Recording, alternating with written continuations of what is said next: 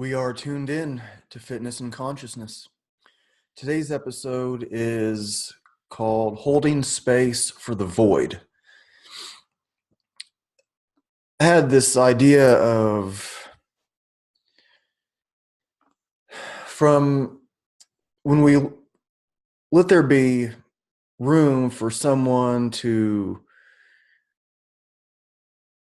leave our lives and come back, or when we don't have to have a reaction to certain situations, then that will give the space for what we would like to happen. I'm going to explain this in several different ways, coming at it from several angles, kind of like I normally do, trying to make sense of this concept in different ways. So there's the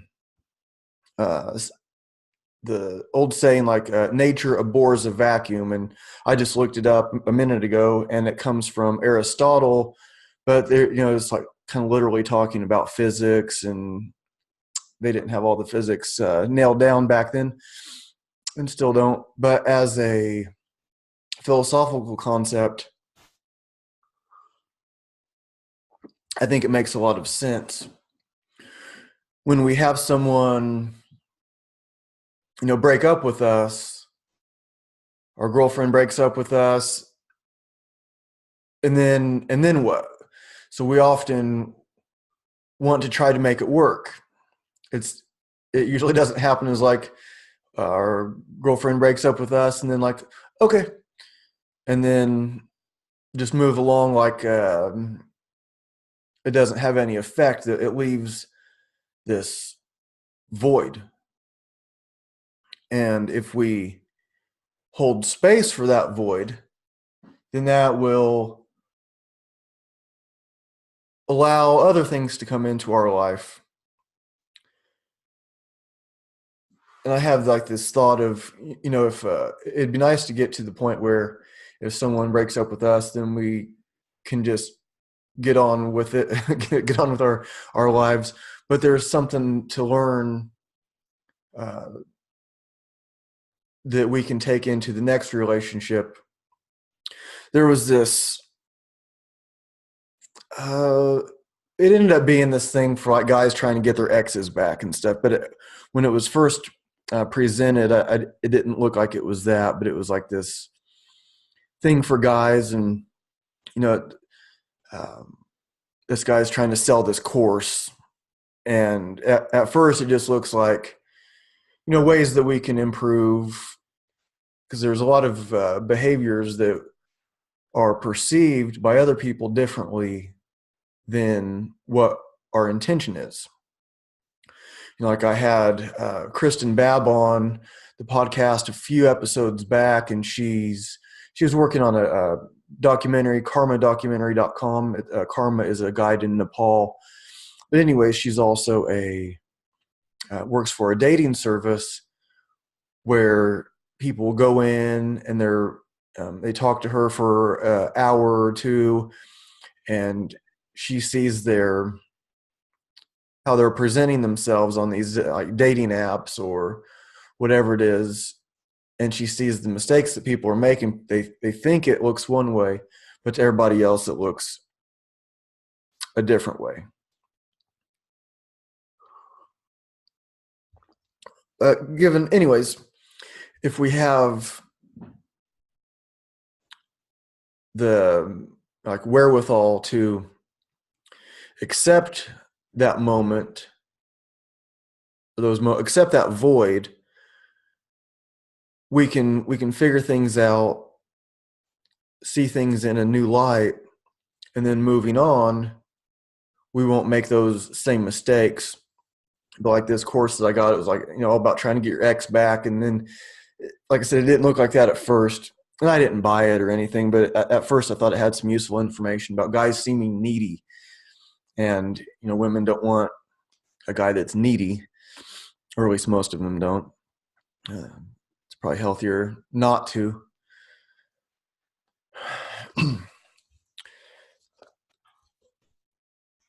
there's sort of taking well, I'm coming at this from a bunch of different angles as usual. I started getting into some old Persian poetry.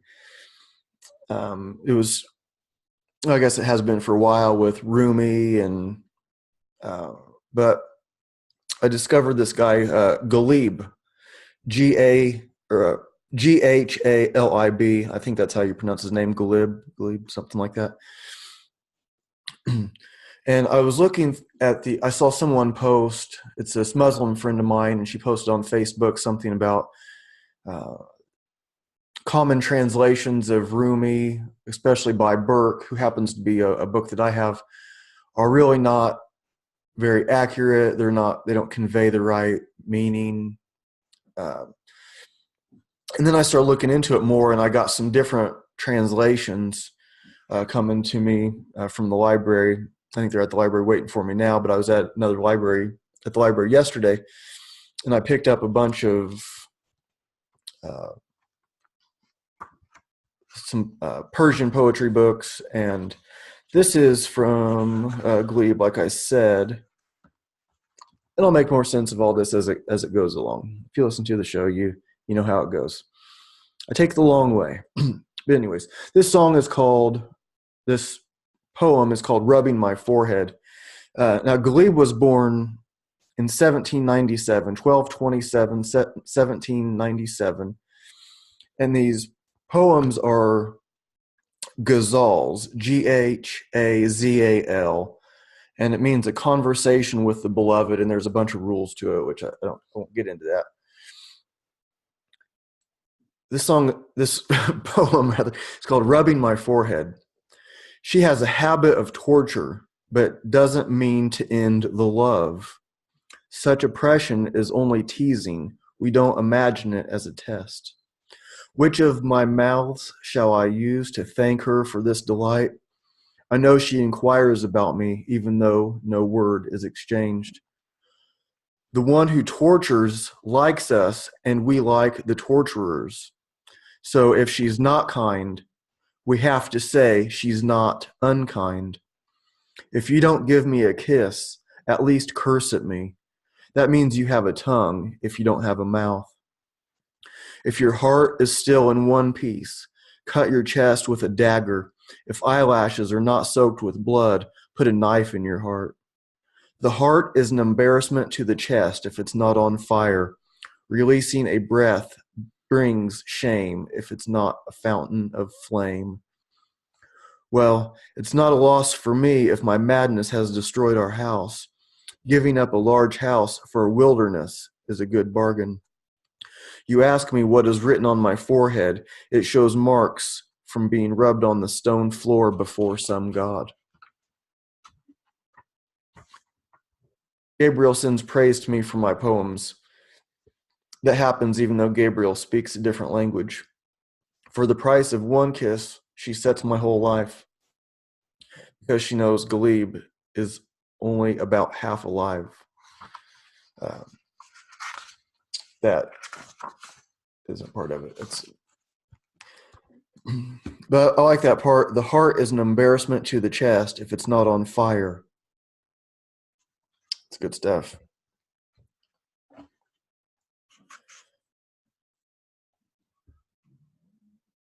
It's interesting what we'll put up with to not be alone. There's prisoners. You know, people will be in prison with these murderers and rapists and, the worst that society has. And there's, good people in prison too, I'm sure. But none of them want to be in solitary confinement. I'm assuming it's none. It's very, very few. Like the worst thing you can do is put them in solitary confinement. They'd rather hang out with the murderers.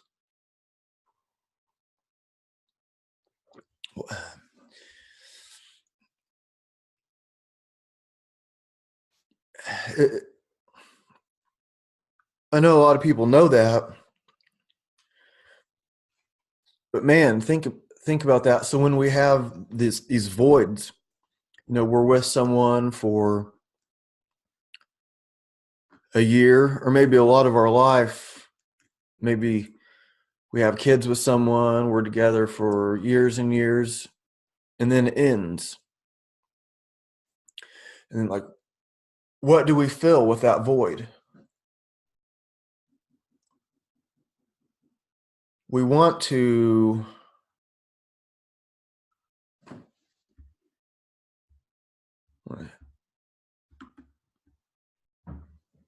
so what do we fill with that void? I just had to hit pause. Here's like this knocking somewhere in the apartment building. But what will we fill with that void? So there's songs about uh, people. Well, even if they're going to go through these traumas again with someone, even if they know they're going to be arguing and be given a hard time by their ex, they'll want them back. And sometimes people will, it's not sometimes, it's very common for someone to end a relationship. And then once there's some void, they want to be back in it. And they're the ones that said they didn't want to be in it before. And I've been in these kind of relationships. There was a couple of them in particular where it was like we were together for about 2 years, and there was just I'm not sure how many exactly breakups there were, but it was like in one day she would like talk about wanting to get married and have kids, and then talk about how maybe we're not right for each other and maybe we should break up and get married and break up. And it's like, why is that? And why would I put up with it for that long? It's not like I'm a desperate guy and she's the only one that would ever like me. But we have this need for something. Even if it's not so good, it's better than nothing. Even something bad is better than nothing. We'd rather hang out with a killer than be by ourselves. So imagine the guys and women that go off into the caves by themselves, or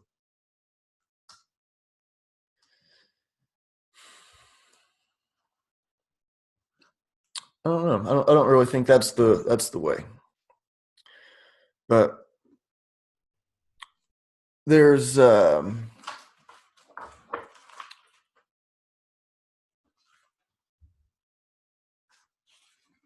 it's a Grateful Dead song called "Foolish Heart."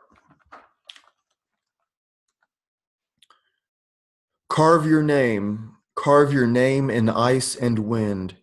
Search for where the rivers end or where the rivers start. Do everything that's in you that you feel to be your part, but never give your love, my friend, unto a foolish heart. Leap from ledges high and wild. Learn to speak with wisdom like a child, directly from the heart. Crown yourself the king of clowns, or stand way back apart, but never give your love, my friend, unto a foolish heart. Shun a friend, shun a brother and a friend. Never look around the bend, or check a weather chart. Sign the Mona Lisa with a spray can, call it art, but never give your love, my friend, unto a foolish heart. A foolish heart will call on you to toss your dreams away, then turn around and blame you for the way you went astray. A foolish heart will cost you sleep and often make you curse. A selfish heart is trouble, but a foolish heart is worse. Bite the hand that breaks you bread. Dare to leap where the angels fear to tread. till you are torn apart. Stoke the fires of paradise with coals from hell to start, but never give your love, my friend, unto a foolish heart. Unto a foolish heart. Words by Robert Hunter, music by Jerry Garcia. Not that you heard the music, but if you did, that's who it would be by.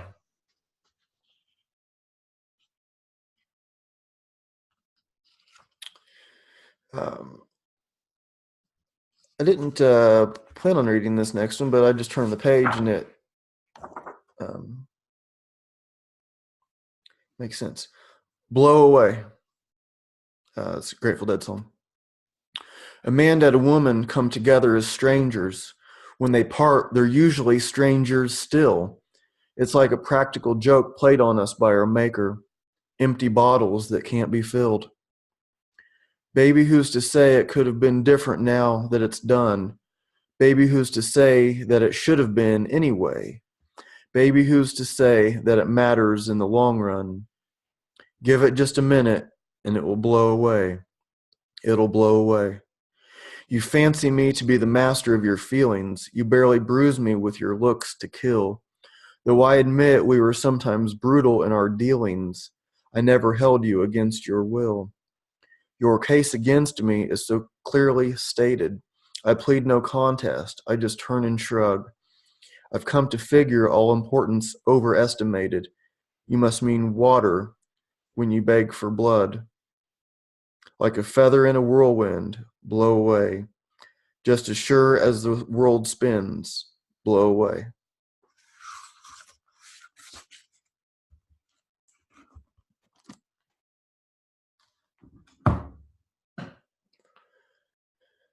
When I was looking at these, I don't know if I mentioned it at the beginning. When I'm like looking at these, yeah, I did mention it a little bit, but these translations of these old poems from Persian. I have some Sanskrit ones here to read in a little bit.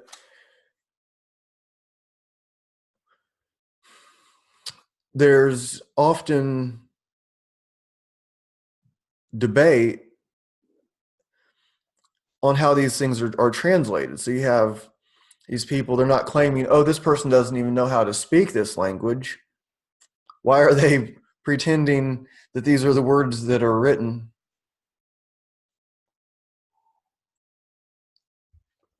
In these interpretations. And think about that.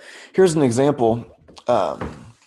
When I was looking for, I went to Half Price Books and I was going to buy some.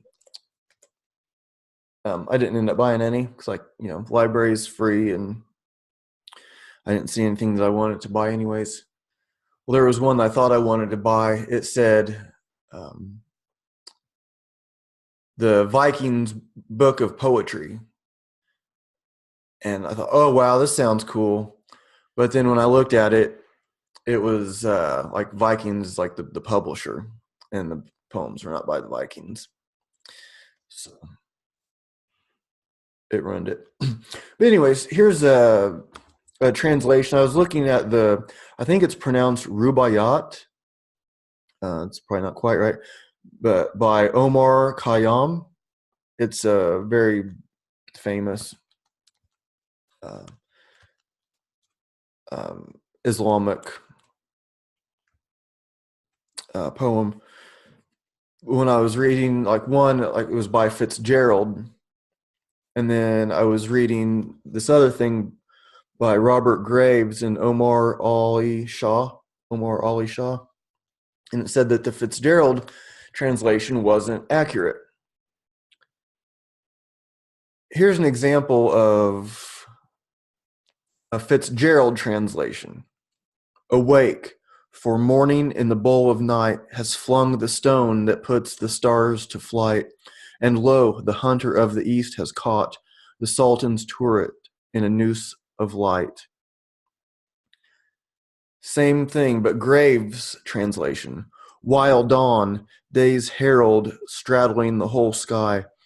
offers the drowsy world a toast to wine. The sun spills early gold on city roofs, day's regal host replenishing his jug. I mean, is that anywhere close to the same thing? So what I've been doing is I want to get these ancient poets. I want to learn about them. I want to really know uh, what they meant. But if we can have two people saying that this is the translation and it's not even close to the same, it's hard to get to. Who am I supposed to believe? It's not like I speak these ancient Persian languages. I forget what language it was written in. Uh, whatever. Um, I forget, Adur or Dual or something like that. I'm not bother looking for it right now. But then it's okay if I read a part that I like and it's not the correct translation. It's just someone else's interpretation of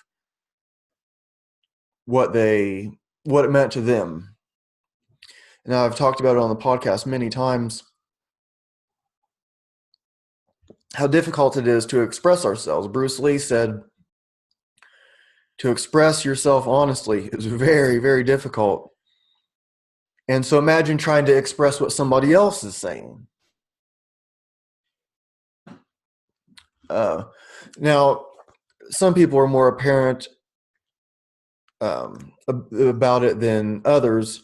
One of them is by many of you probably know who Paramahansa Yogananda is. And so he wrote a book from Moments of Truth, Volume 1, excerpts from the Rubaiyat explained. So, and then in it right away, it says that this isn't really the translation. It's um, uh, how does he put it exactly? He doesn't, I won't find the exact way he puts it, but yeah, okay. So it says the excerpts here contained are not from the poem itself, but from the commentary. These are words to live by, wise insights by one of the great spiritual figures of our times. As Yogananda explains in the Rubaiyat explained, Omar Khayyam's work is deeply spiritual. It is not, as most Westerners believe, a poem in praise of earthly pleasures, taking the inner meaning of this work to ever greater depths. Paramahansa Yogananda produced one of his own deepest and most profoundly moving spiritual works. So it's like the poems he wrote about the poems that he read, basically.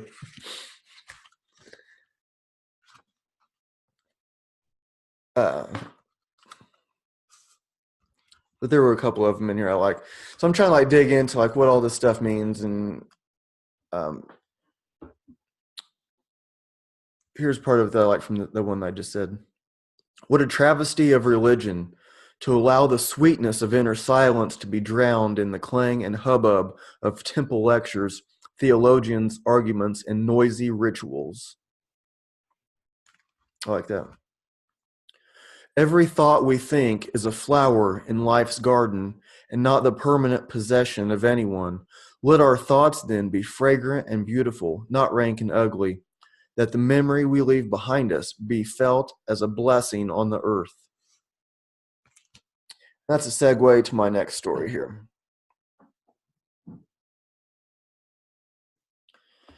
So, as I've explained before,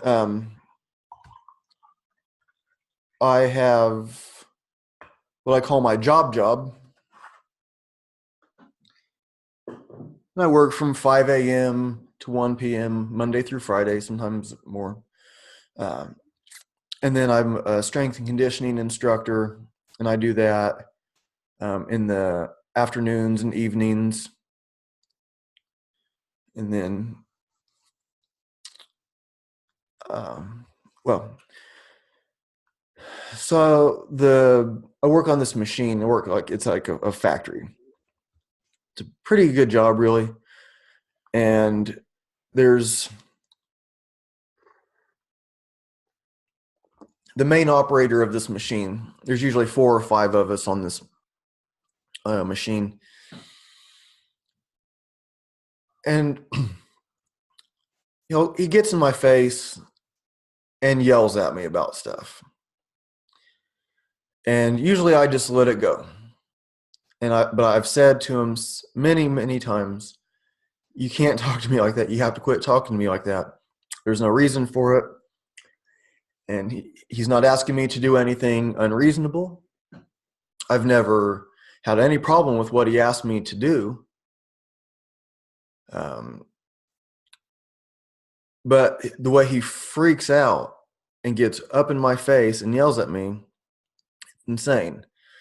And so today I'd had enough. By 5:30 in the morning, he'd gotten in my face twice and yelled at me. It's like I'm gonna go talk to the supervisor. It's like this isn't happening anymore. And so we go and he's like, fine, let's go talk to him. And so we track him down, and we go into this room to talk, and the supervisor said, okay, well, what's going on? And the main operator of the machine, he just like gestures for me, like, go ahead, just go ahead and tell him. And it's like, well, he keeps getting in my face and yelling at me. And it's happened twice today already. It was 5:30 in the morning, and we were there for 30 minutes, and it's already happened twice. And I was like, it's just really inappropriate. And so the operator, he's like sitting down, like 8 feet away from me or something like that. And I'm standing up, and he gets up, and then he like gets really close to me and starts like saying like, well, this is how I do it. This is how I do it. Trying to like demonstrate that like what he does is so reasonable, not knowing that what he was doing is completely irrational. And so the supervisor, he like put his hand out like almost like he's gonna like stop a fight from happening, which when he comes towards me, I turn to the side. I'm not trying to like meet his aggression with aggression. So I am. It would be a completely different scene if I turned to face him. And I've done it a couple times but I would say calmly, not to talk to me like that. I don't bark at him. I don't try to like um, be a tough guy. I just stand there like um, I'm not gonna lose my cool and end up losing my job for something silly or to let this thing get out of hand anyway. And so the supervisor, he like puts his arm out like to like keep the operator like have him like back away from me because clearly this is inappropriate. And then he tells him to like go ahead and like leave the room. And then he tells me, he's like, oh, I'm going to put you on a different I'm going to put you somewhere different for today, and then you can talk to the manager later on. And so no problem, I'll do whatever they ask me. They want me to run some machine, I'll run some machine. If they want me to sweep the floor, I'll sweep the floor. I don't care. I'm just there. It's just a job. I'm there to do my work, and I don't really care what it is. And so I go to this other machine, and the operator there, they're real cool. I've been over there before, and they've always been perfectly cool. They've never yelled at me. So when I was leaving after he left, like the supervisor, he was like, yeah, he can't do that. He's demonstrating clearly how irrational he is. He's trying to show how rational he is. But yeah, anyways, no, I was telling the supervisor, I was like, ultimately, I'd like for things to just be able to smooth out. And and he started like say, well, but sometimes, and then he didn't really go on. So I'm not trying to get anybody in trouble. I just enough is enough. So with these other, and I've said many times to him, I was like, you're the only person in my life that does this. Nobody else gets in my face and yells at me. No one does that. And that makes him mad. Like this is like a normal thing that people do. And I think he's going through a divorce and stuff. And so, and I've said, like, I didn't say anything about that specifically, but I've said this has to affect you in other ways of your life. And maybe that's not the greatest thing for me to say, but I'm trying to like point out to him out of the goodness of my heart that this behavior of yours is probably screwing up your life all sorts of ways.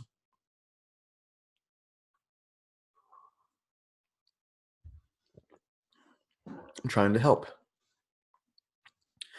So after a while, enough is enough. So I think, when I've made the point before, I think people generally need to be more sensitive and less sensitive. So we need to be more sensitive in how we treat people and considering them, and we need to be less sensitive about how people treat us. So otherwise, there's like nothing but conflict. I mean, if you want to get in some kind of arguments, get on Facebook. There's all kinds of like political arguments. People spend hours and hours typing stuff out, arguing with people that they don't even know. It's just like this argument algorithm thing happening. But after a while, enough is enough. And so today, after doing that, I thought,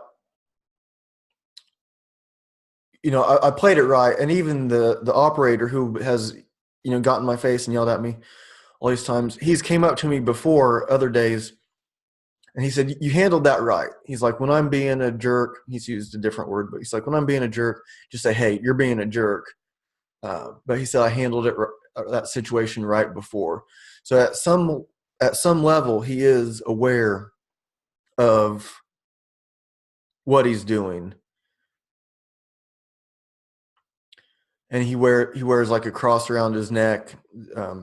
It's usually, I think it's usually tucked in because we're not supposed to can't have jewelry because it can get caught in the machines and stuff. And on his keychain, there's a cross. And so at least tells me they're thinking, they're trying, people are at like different levels of this game.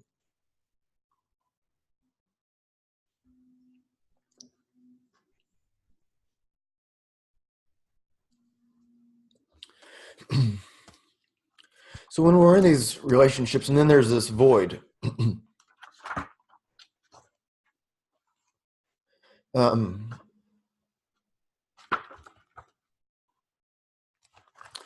So back to Glebe.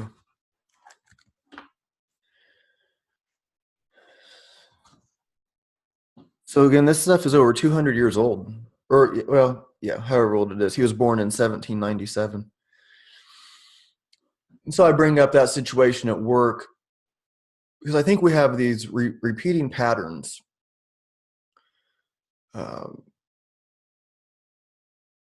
Where if we see these things keep coming up, then maybe it's us. Maybe these other people aren't the problem, or at least we could be part of the problem too. First of all, like what we allow. I think we need to give people space to mess up, to be human, and not and not judge him. Because in the morning he'll say, "Good morning, Ryan." A lot of the times, 20 minutes later, he might be in my face yelling at me, or he'll say, like, "Have a good weekend," or "Good job today," or something like that. So, and I always try to just always reset. I'm not trying to like carry that any kind of animosity or grudge with what he's did before. I'm not like dreading being there with him. But after a while, enough is enough. So we see this in different parts of our lives for sure. And I would not have a girlfriend that talks to me like that. There's no way. I can allow a little freak out every once in a while. But after this last relationship that I had, not the last one I had, but it was when I won't say who it was, but when I was in my early 20s, it was one where like we yell at each other and call each other names and stuff. And then I've thought it was pretty much her fault because it was. But after that, I was like, there's no way I'm doing that again. I'd rather be by myself. And I was by myself for a long time because I wanted somebody that was, pretty much perfect. And then the relationships I have had since then, not calling each other names, not yelling and that kind of thing. They've all been peaceful and they've had peaceful endings. But anyways, this is a poem from Glebe called "Waiting for God." My lover's temperament resembles the fires of hell. I must be an unbeliever because I enjoy this burning. It's hard to say how long I've been in this wasteland, especially if I count the nights of separation. Would there be no more sleep ever because she promised in my dream she would meet me in real life? My message hasn't received a reply, so I guess I'll write another. I think I know what the Great One will say anyway. In her poetry gatherings, the Great One never passes the cup to me. Now I hold it. I hope no one has mixed anything in the wine. How can you cheat someone who doesn't even accept the concept of love?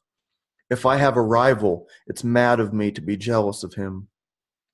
At the moment of reunion with her, I think of my rival. My suspicion has taken away the joy of her presence.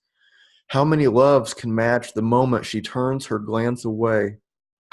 How many gold rings can match one instant of her anger? When we watch a mirage, ships appear to sail forward. Such magic will be no help to me in achieving what I want. Glebe, we've given up wine, but sometimes we still do drink, for example, on cloudy days or nights of the full moon. And as I'm reading these about the interpretations and translations, like wine doesn't just mean wine. It could be spiritual wine. It could be, and the beloved could mean God. Beloved could be a woman. Beloved can mean different things, and different people say it means different things. So it's like, what kind of sense does it make to you today? Maybe when you read it in a month or a year and 5 years, you'll look back at it and see a completely different meaning.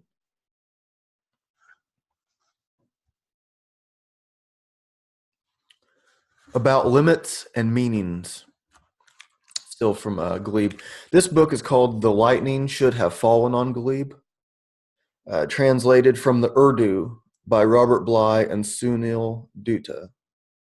Hope I pronounced that correct. About limits and meanings. When the Great One gestures to me, the message does not become clear. When love words are spoken, I get 6 or 7 meanings.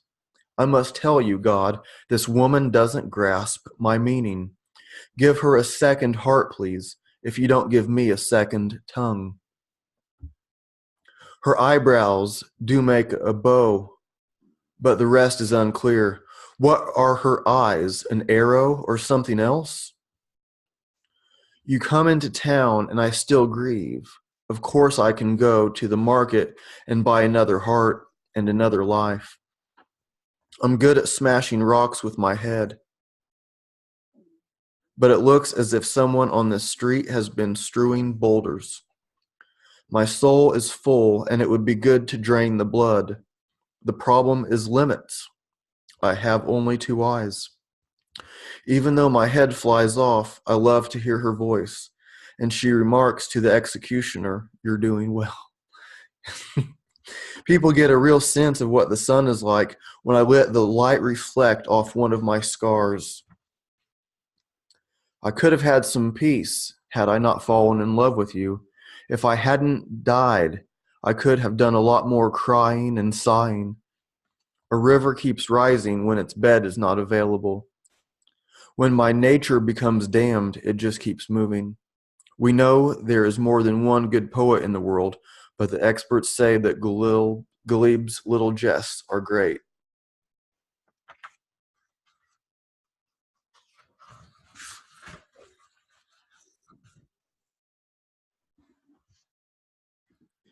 Um, Here's just a part at the beginning. I haven't read this whole book yet, but I liked this little thing as I was skimming through. I'll write this letter even though it may not have a message. I'll send it just because I'm a lover of your name.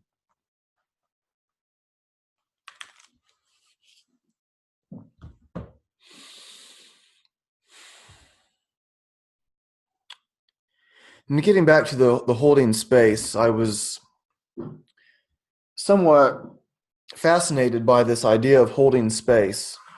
For some time, I remember this girlfriend I had several years back, and she would talk about it. She was a yoga teacher, and I always thought there's like so much to dig into about this concept of holding space. Like you're giving someone the space to have whatever emotions they have, talk about it in whatever language they want to use, and you're not judging that. You're just being with them as that happens.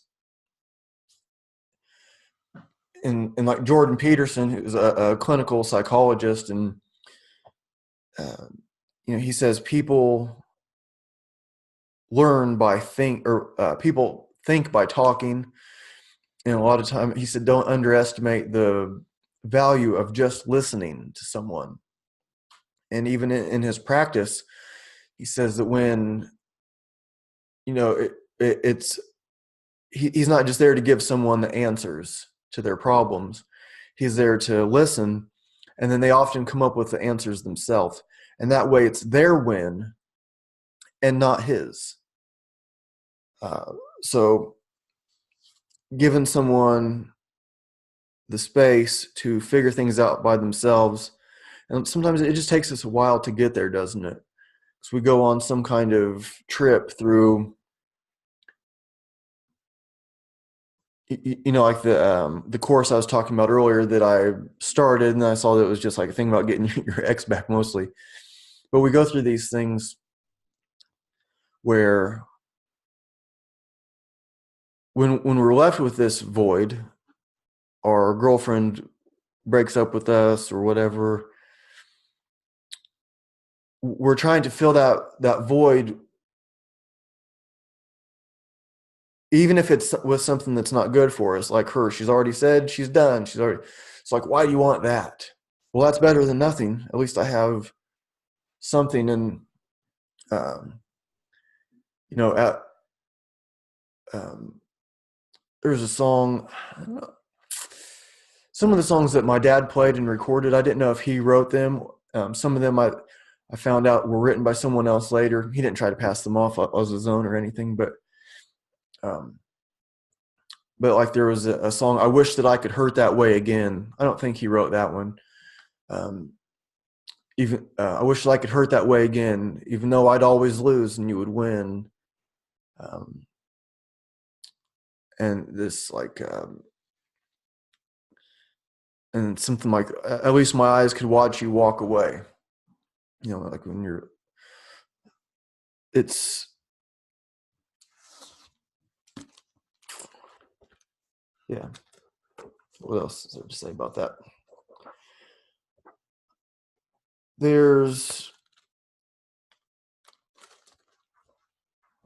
If we leave that void though, and we're not chasing something that is going away from us, and sometimes that chasing makes something go away, makes something or someone go away from us. This I think it was the same girlfriend that I was talking about earlier. She was the yoga teacher and from several years ago. But she was talking about how we were talking to each other, how we were like getting through different things. And she was like, if I like kept coming to her, then that might make her like close up. But if I like back off, then she'll be the one that comes to me. And I could see how that works when allowing that void, giving her the space to then come back. And in these cases, it wasn't like her just breaking up and then like letting her come back, but more like we're trying to talk about something, or I don't remember all the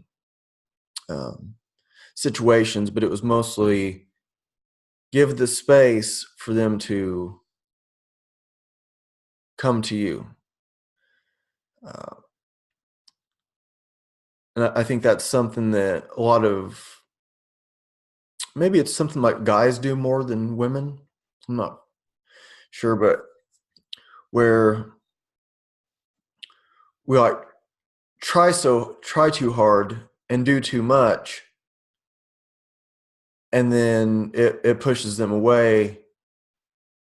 Whereas if we had left a little void there, if we left a little space, then they'll come to us. But we can't do it as a way of being manipulative. Like it's just a way to understand how that works, but you still have to be honest. If you use that knowledge, power for evil, it'll come back to you.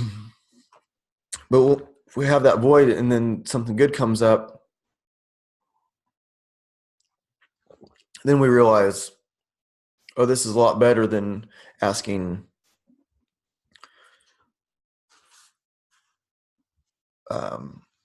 for the pain again. This book is called Sanskrit Poetry from Vidyakara's Treasury, translated by Daniel H. Ingalls. And there seems to be a bunch of different people's translations in here, actually.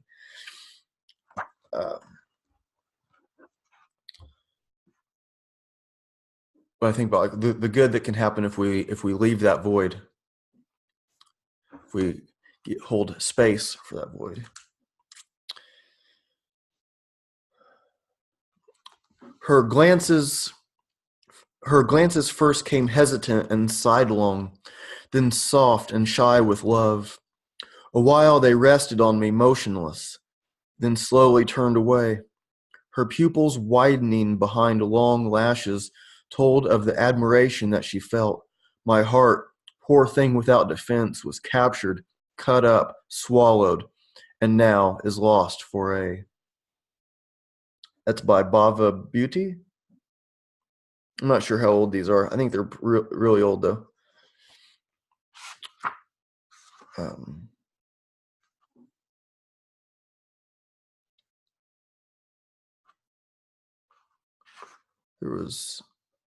Got a bookmark here and I can't find.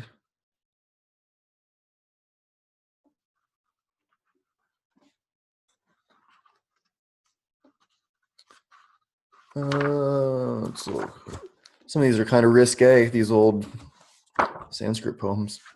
I'm going to be digging more into these I just got these books yesterday and been going through them. Um,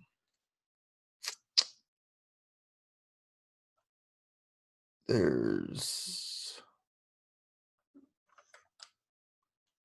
uh, this part of the um, okay. This is one called "Good Men," and it starts with the verses of this section and the next, as well as many from the section 33, belong to that branch of literature which the Indians call niti. Niti uh, means worldly wisdom, the art of getting along in the world.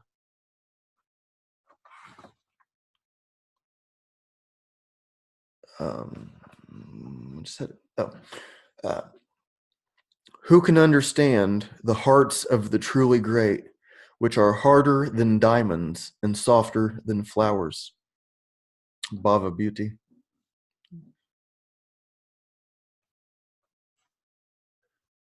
Not everything is good because it is old, nor poems always bad by being new. Good men try both before they make their choice, while the few, well, sorry. Not everything is good because it is old, nor poems always bad by being new. Good men try both before they make their choice, while the fool but takes the view of others.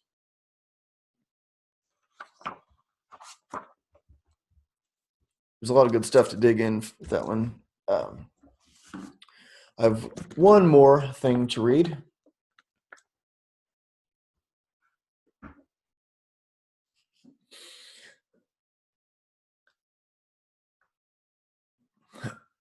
Now, most of what I try to do, if you listen to this show, I talk about relationships a lot, and I think they're the most important things in our life. Our relationship with ourself, our relationship with our partners, our life partners, and business partners, co-workers,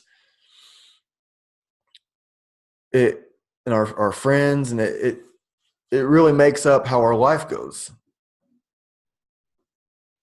And when you can find someone, and there's someone in my life, and I find her really interesting, and I've described her before. I've mentioned her on the show quite a few times, but I usually describe her as a friend, and we've been more than friends before, but we're friends now, and not really trying for anything more, not really resisting or trying for anything more. We have kind of it's an interesting story to me. And she sent me a text tonight and today, and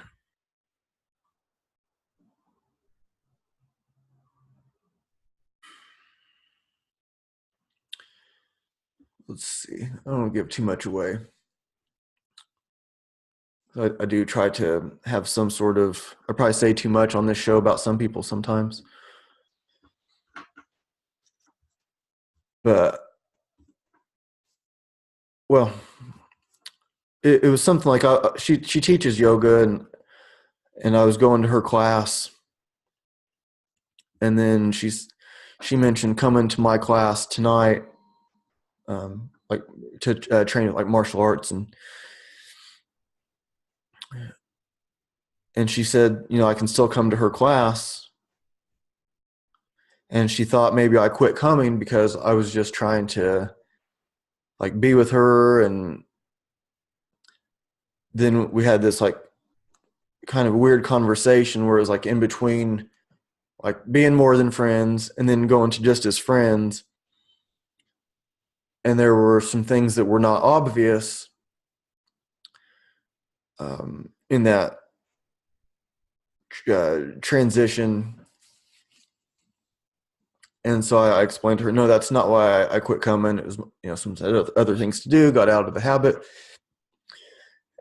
And I was like, and we've hung out many, many times since. And so I'm like wondering, like, how does that, like, maybe it just kind of hurts her feelings a little bit that I haven't been coming to her class.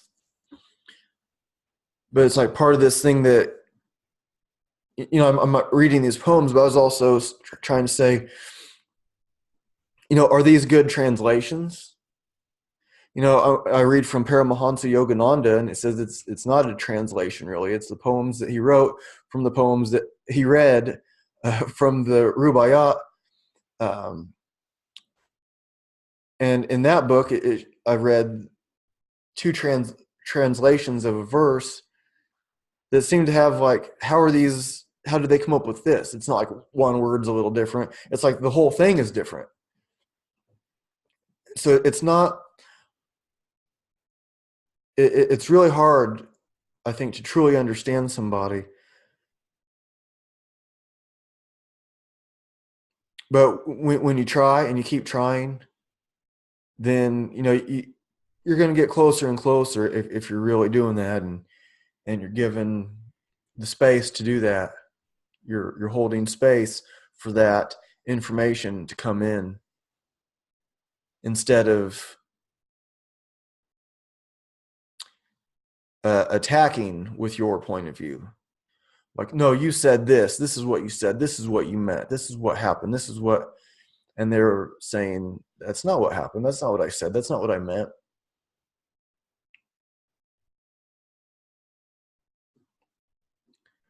This is by Tagore. It's the last thing I'll read for today. I could speak to her on a day like this, on a day when it rains as heavily.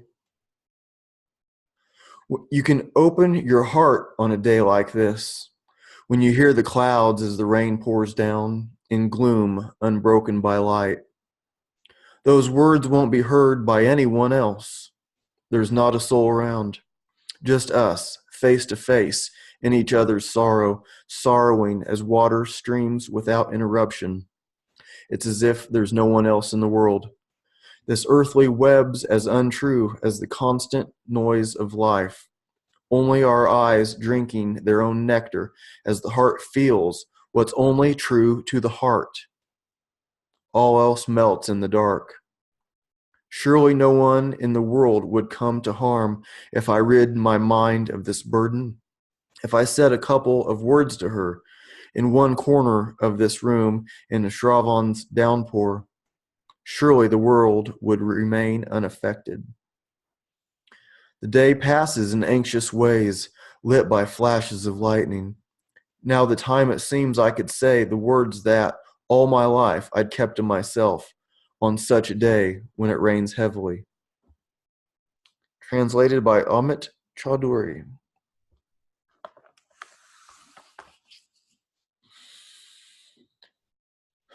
So maybe when this friend of mine took my actions in a way that I'm not saying is true, maybe there is some truth to it. And I said that there was a time in between being a little bit more than friends and then just being friends that it takes some processing, and then, but so there's levels to this, and like, what level are we talking from? What part of us is listening? Is it the part of us that is open and ready for something new? Is it the part of us that's still hurt from something that happened before from someone else? Is it the part of us as a child where something happened and we never got over it?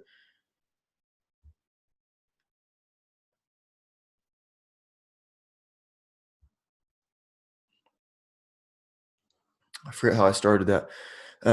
But so maybe her thinking is, all right, well, all these other guys are trying to get something else. They're trying to hook up with her,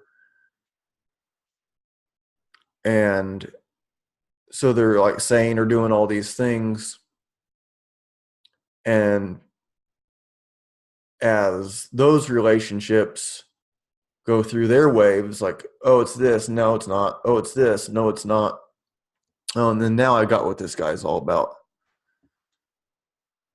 Then when she's looking at the next guy or the next like friend or more than friend or me,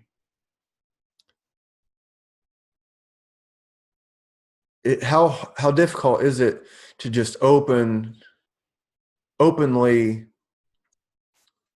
without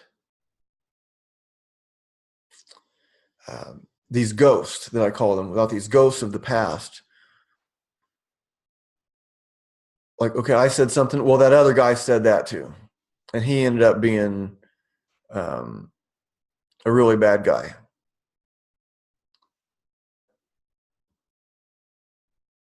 So when we're perceiving someone else,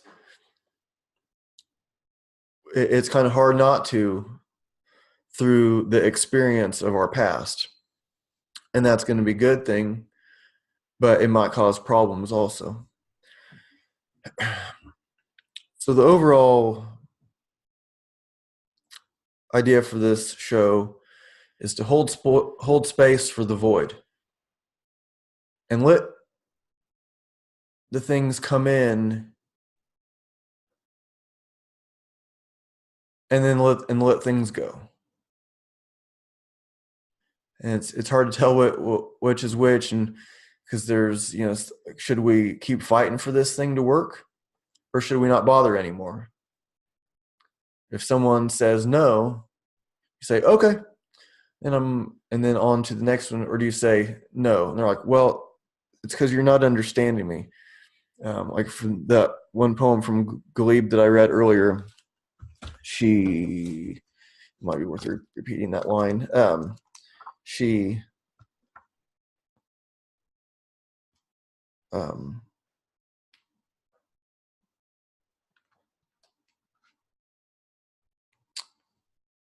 let's see, I don't have it handy here. Um, let's see. Sorry.